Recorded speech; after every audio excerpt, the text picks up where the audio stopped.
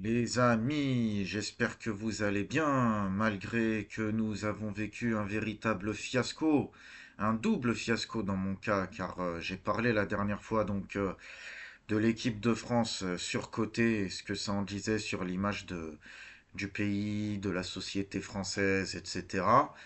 Mais je n'ai pas parlé encore du cas algérien, car oui, effectivement, c'est un sacré cas, malheureusement. Ça faisait 12 ans que les Algériens attendaient le retour de leur équipe en Coupe du Monde. Et bah, ça s'est mal passé. Ça a été une humiliation totale, faut dire la vérité, hein. Moi, je dis les termes et je fais pas de démagogie sur ma chaîne. Quand il y a de bonnes choses à dire sur l'Algérie, je l'ai dit. Quand il y a des mauvaises choses à dire, je l'ai dit aussi, hein. On n'est pas complexé sur ma chaîne. Euh, et pour la France, c'est pareil. Donc voilà. Avant de commencer, avant de rentrer dans le vif du sujet, bah, n'hésitez pas à liker, commenter, enfin non, commenter en fin de vidéo, pardon, après avoir écouté. Mais ouais, hein, donnez votre avis une fois que vous aurez écouté mon podcast. Je suis toujours intéressé par, voilà, avoir différentes opinions, par l'échange d'idées. Voilà, je suis toujours intéressé par ça et puis partager et tout. Bon, vous connaissez la musique. Donc, ouais, donc l'Algérie en Coupe du Monde, ça faisait 12 ans qu'on l'attendait. On l'a eu et ça a été très décevant. Donc, ben déjà, d'un point de vue purement sportif, footballistique. Après, je vais rentrer dans le sujet de ce que ça en dit sur la société, sur l'état du pays, ainsi de suite. Mais pour l'instant, déjà, si je peux parler d'un point de vue purement sportif, bon, on a eu un nouveau sélectionneur, là, Petkovic, qui avait un très mauvais bilan de base, hein.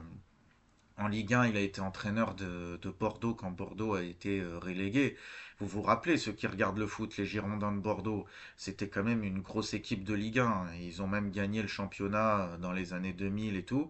Bon, bah, Petkovic, il est arrivé. Je dis pas que c'est que de sa faute, mais voilà.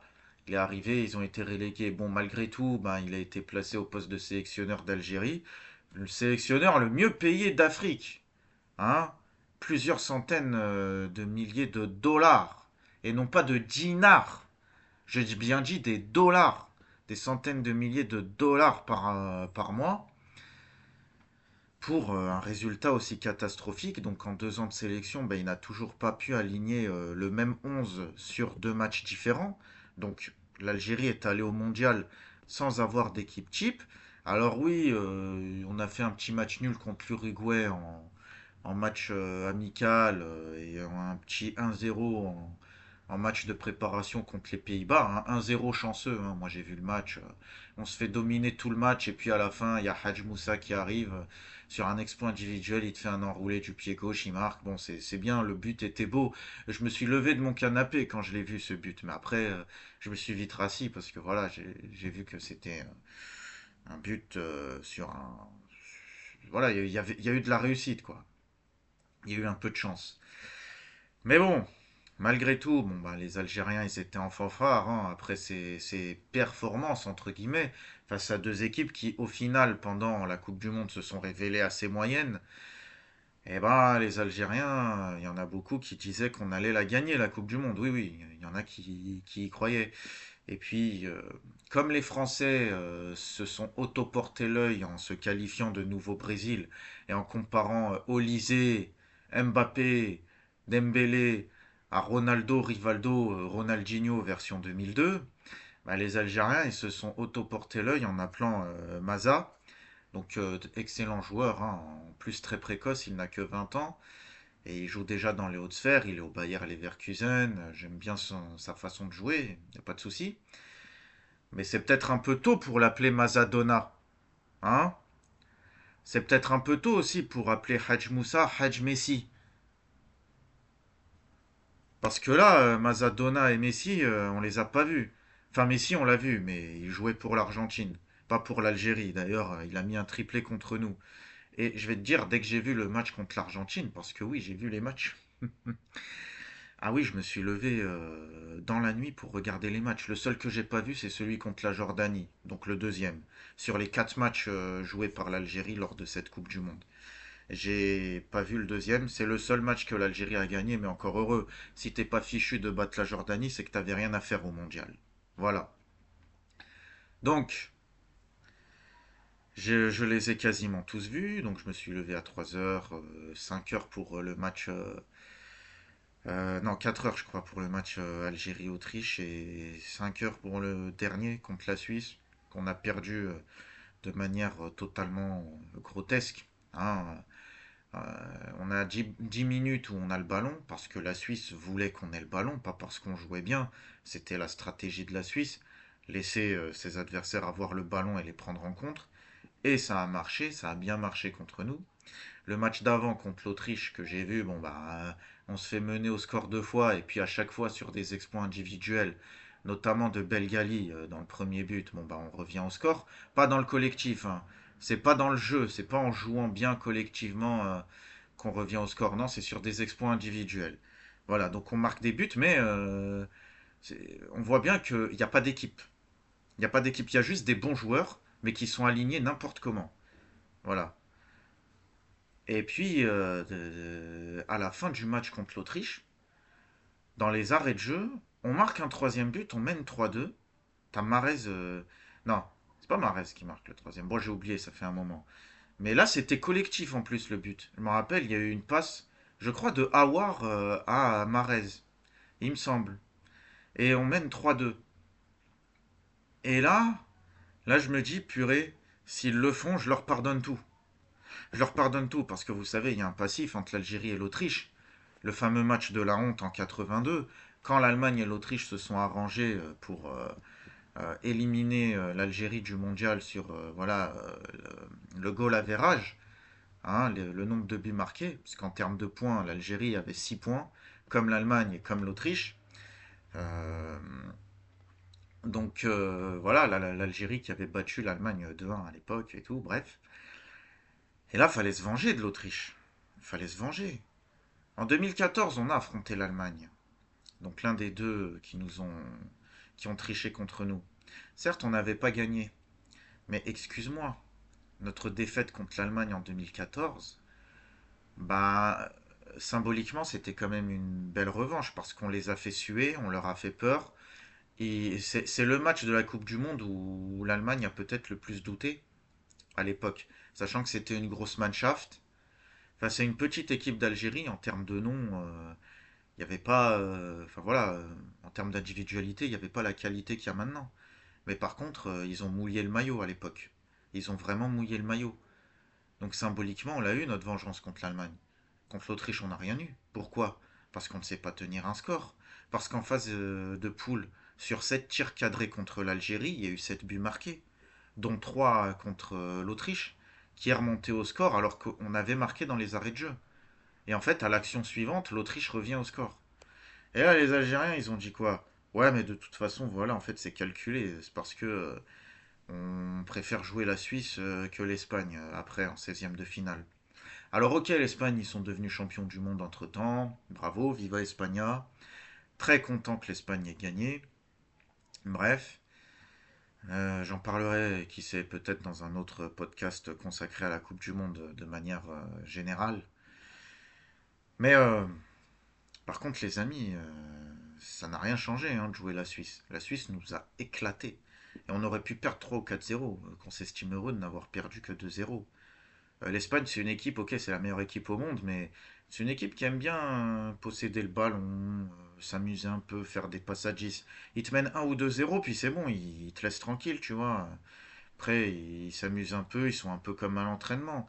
Ils nous auraient pas mis un score genre 5 ou 6-0. Hein. C'est pas l'équipe de France pour le coup, parce que l'équipe de France, c'est pas la meilleure équipe, mais quand elle gagne, c'est 3-4-5-0, quoi. Tu vois. L'Espagne, c'est pas pareil. Mais ça, en fait, c'était vraiment la phrase de ceux qui connaissent pas le football. De ceux qui croient connaître le football, mais qui connaissent pas le football. Enfin bref. Donc voilà. Et la bonne nouvelle, après cette Coupe du Monde totalement ridicule de l'équipe d'Algérie, eh ben, c'est que en fait le sélectionneur a été prolongé. Il a été prolongé avant que la Coupe du Monde commence. Vous voyez l'expertise de la fédération algérienne de football, dont le président, donc Sadi, d'ailleurs qui est également ministre des Sports, là-bas en Algérie, je crois. Hein. Bravo le cumul des mandats, bravo le, le, le cumul des fonctions. Je pensais que président d'une fédération de football, c'était un travail à temps plein. Je savais pas qu'on pouvait cumuler ça avec ministre. À un moment donné, il faudra m'expliquer.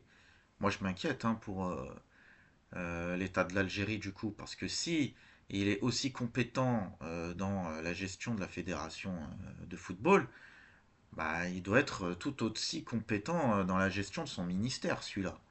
Parce que cette décision de prolonger Petkovic avant que le mondial commence, elle s'est retournée contre lui. Maintenant, tous les Algériens n'en veulent plus de Petkovic. Et là, ce qui se passe, ben, c'est qu'il a essayé de virer Petko. Petko, ben, il a raison, c'est son droit. Il lui a dit, ben, tu me donnes toutes mes indemnités, euh, tout, tous mes salaires que que j'aurais dû avoir pour les 2 ans de plus, ce qui devait faire 5 millions de dollars, je crois. Hein, les chiffres sont à vérifier, mais voilà, ça ne change rien au problème. Ça reste de l'argent ben, du contribuable algérien qui va dans les poches d'incompétents. Et quand je dis incompétent, je parle au pluriel. Je ne parle pas que du coach, qui est un incompétent notoire, hein, bien sûr. Mais voilà, si la fédération algérienne l'a choisi lui, et en plus a choisi de le prolonger, bah, là il a raison de défendre ses droits. Hein. T'inquiète qu'il va être beaucoup plus compétent pour défendre ses droits que pour coacher l'équipe d'Algérie, dont il n'en a rien à battre. D'ailleurs, voilà, certes, il est d'origine d'ex-Yougoslavie, mais il est suisse, Petkovic. À la fin du match contre la Suisse, quand on s'est fait laver, bah, il est parti serrer dans ses bras les joueurs suisses qu'il connaît. Face caméra d'ailleurs, enfin face caméra, enfin, sur le terrain, donc quand c'était filmé. Manque de professionnalisme total. Mais tu peux pas le virer comme ça, le gars. Ça y est, tu l'as prolongé. Fallait y penser avant. Tu croyais quoi? Tu croyais faire des économies? C'est en fait ceux qui dirigent la fédé de football, ils connaissent pas le football. J'en ai vraiment l'impression. Enfin, bref. Voilà, donc moi je pense qu'il y a un gros nettoyage à faire, changer de coach, changer de président de fédé, même changer de ministre des sports là-bas, hein, parce que purée, je doute du travail fait là-bas. Concernant ce ministère-là, hein. Et ouais, changer de coach. Après, bon, il y a un débat à la con en ce moment en Algérie, comme quoi il faut absolument un coach algérien à la tête de l'Algérie.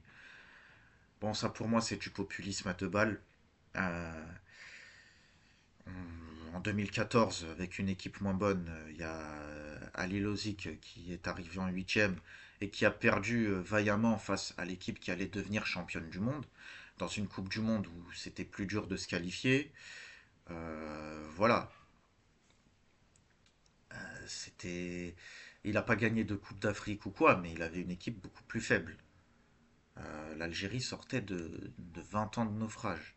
Donc l'argument de ceux qui disent ouais il faut un coach algérien parce qu'il y a que des coachs algériens qui ont gagné des titres avec l'Algérie, ouais mais ils avaient une équipe bien meilleure.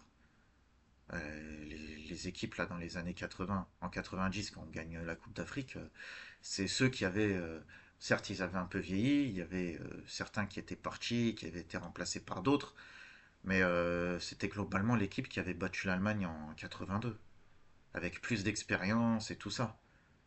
C'était la même génération. Euh, L'équipe en 2019 qui a battu, enfin qui a gagné la Coupe d'Afrique, elle était beaucoup plus forte sur le papier. C'est peut-être la meilleure équipe que l'Algérie n'ait eue. Elle est restée ensuite invaincue pendant 2 ans jusqu'en 2021, je crois. Donc voilà, ça n'a rien à voir. Ali Lozic, qu'il avait fait avec ce qu'il avait, il a fait du très bon, du très très bon. Donc non, ça ne veut rien dire. Même si je peux comprendre après ce qu'on a vu de Petkovic qui va enlacer des joueurs suisses après qu'on se fasse battre. Quand on compare avec Belmadi, le précédent coach, qui lui au moins pleurait quand on perdait, et qui était algérien, même franco-algérien, hein, il est comme moi je crois, c'est entre guillemets un beurre, mais voilà, c'est un Algérien, il se sentait algérien, et quand on perdait il pleurait au moins. Je peux comprendre que ça ait marqué les esprits et que voilà, on veuille absolument un coach algérien, et moi en vrai de vrai je dis pourquoi pas. Pourquoi pas, mais il faut me proposer des noms sérieux. Parce qu'il y a certains noms qui revenaient, comme Antar Yahya. Bon, avec tout le respect, hein, Quand je vois son palmarès, entraîneur d'une équipe en troisième division, 14 défaites pour seulement 4 victoires, bon. euh, ouais, on va me citer Scaloni qui n'avait pas un gros CV avant d'entraîner l'Argentine. Ouais, mais ça, c'est ce qu'on appelle un miracle. Les miracles, ça arrive une fois, les amis. Faut pas croire que ça va se reproduire à chaque fois. Que quelqu'un comme Antar Yahya fasse partie du staff du futur sélectionneur ou de Petkovic qui finalement prolonge. Parce que oui, ils sont pas arrivés à le virer, la fédération algérienne. Bah pourquoi pas, histoire qu'ils prennent en expérience et tout, mais qu'ils soient sélectionneurs dès maintenant, bon, moi j'y crois pas trop. Permettez-moi d'en douter. Et je serais le premier à me réjouir si jamais je me trompais. Mais voilà. Et donc, voilà, tout ça, ça en dit long sur ouais, l'état de la société, l'état du pays. Trop d'arrogance, trop de présomption. Dès qu'on gagne, c'est Mazadona, c'est machin. Et puis ensuite, quand on perd, c'est le drame. Et alors que la défaite était largement prévisible. Et c'est comme dans tous les secteurs du pays. Hein, voilà. Malheureusement, bien malheureusement. Hein, donc, je ne sais que dire désormais. Je reviendrai peut-être sur l'Algérie dans de prochaines vidéos, dans de prochains podcasts. Là, c'était vraiment un coup de gueule, hein, histoire de dire qu'il faut arrêter l'arrogance. Et donc, voilà, cette Coupe du Monde était là pour nous le rappeler, pour le rappeler aux Algériens et pour le rappeler aux Français aussi. Voilà, les amis. Donc, n'hésitez pas encore une fois à liker, commenter, partager. Abonnez-vous aussi, hein, pour ne rien rater. Et moi, je vous dis ben, à très vite. Ciao, ciao. Bye, bye.